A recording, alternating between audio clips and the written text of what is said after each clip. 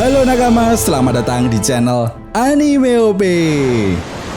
Yes, manga One Piece chapter 1068 sepertinya akan banyak memberikan informasi yang sangat menarik selama petualangan kelompok bajak laut topi jerami di Pulau Egghead. Bagaimana tidak, pada bocoran manga One Piece chapter 1068 yang diberikan oleh Redon, akhirnya kita semua mengetahui alasan kenapa pihak pemerintah dunia ingin menghabisi Dr. Vegapunk.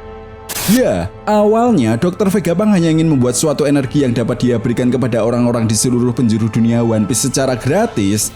Tujuan Dr. Vegapunk ini semata-mata hanya untuk menghentikan peperangan akibat perebutan sumber energi yang terjadi di dunia One Piece. Namun apa yang dilakukan oleh Dr. Vegapunk justru membawanya ke sumber energi kuno yang sangat misterius, di mana sumber energi inilah yang digunakan oleh kerajaan kuno pada masa lalu. Itu sebabnya inilah yang menjadi alasan kenapa pihak pemerintah dunia ingin menghabisi Dr. Vegapunk. Yap, dari sini saja, apa kalian semua bisa membayangkan bagaimana seriusnya pihak pemerintah dunia untuk menghabisi siapapun yang mencoba mengungkap apa yang sebenarnya terjadi pada abad kekosongan?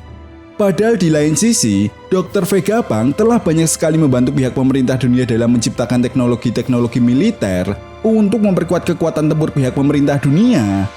Dan kedatangan agensi CP0 di Pulau Egghead menjadi langkah yang diambil oleh pihak pemerintah dunia untuk menghabisi Dr. Vegapunk.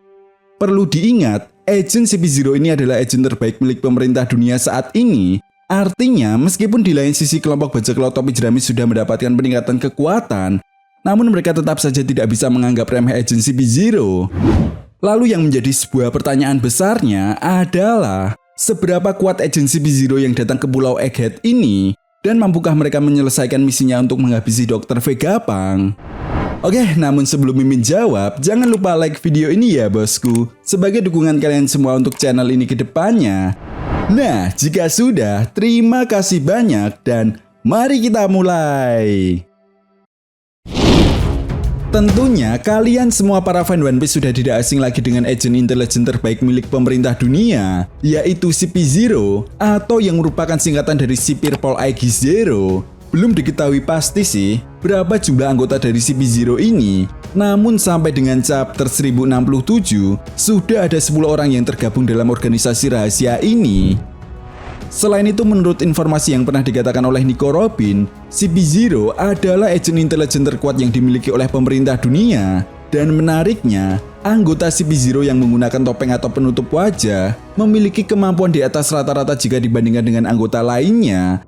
Bahkan yang lebih gilanya lagi, anggota CP0 tanpa ragu mengorbankan nyawanya sendiri demi menyelesaikan misinya. Itu sebabnya kenapa para Gorosei selalu mempercayakan dan memfavoritkan agen CP0 untuk menyelesaikan misi yang sangat rahasia, termasuk menghabisi Dr. Vegapunk. Perlu diingat, apabila pihak pemerintah dunia sudah memerintahkan sekelas agen CP0, itu berarti pihak pemerintah dunia memiliki tujuan tertentu yang tidak main-main, atau setidaknya sesuatu untuk melindungi kepentingan-kepentingan politik mereka. Artinya ada kemungkinan besar apa yang dilakukan oleh agen CP0 untuk menghabisi Dr. Vegapunk tidak diketahui oleh pihak angkatan laut. Itu sebabnya kenapa pada bocoran manga One Piece chapter 1068, Vegapunk Saka justru memberikan akses kepada Sentomaru untuk mengendalikan para Seraphim dan menghentikan agen CP0 yang sudah masuk ke dalam Pulau Egghead. Selain itu juga apa yang dilakukan oleh Rob Lucci kepada Vegapunk Atlas jelas menjadi bukti nyata jika kekuatan Rob Lucci sudah meningkat drastis dibandingkan saat dirinya bertarung melawan Luffy dulu. Ya, meskipun kelompok bajak laut topi jerami juga telah mendapatkan peningkatan kekuatan setelah mengalahkan 2 Yonko sekaligus di negeri Wano. Namun Mimin curiga, dihadirkannya kembali Rob Lucci dan juga 2 anggota CP0 lainnya menjadi sebuah indikasi jika Oda Sensei ingin menunjukkan sesuatu hal yang sangat penting yang diketahui oleh agen CP0 kepada kelompok bajak laut topi jerami. Dan bisa saja, ini yang akan menjadi sebuah jembatan untuk menuju arc berikutnya.